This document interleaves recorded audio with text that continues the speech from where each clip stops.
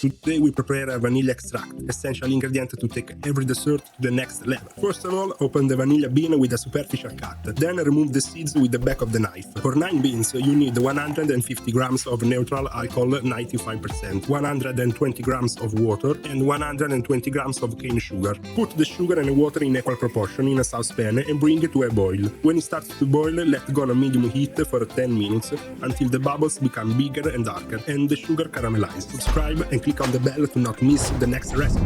And also leave a like to help the channel grow, just like that. At this point, turn off the stove and let it cool down for about 5 minutes. Put the seeds and the vanilla beans cut in pieces and mix well. Put the alcohol and mix until it is homogeneous. Don't worry if the alcohol tends to separate, it's normal. It's still a natural homemade product. Just remember to shake it before using it. And also, every 2 or 3 days so that the sugar does not crystallize on the bottom of the jar. The best results will be reached after 6 months, but you can use the extract already after 1 month. Stay hungry.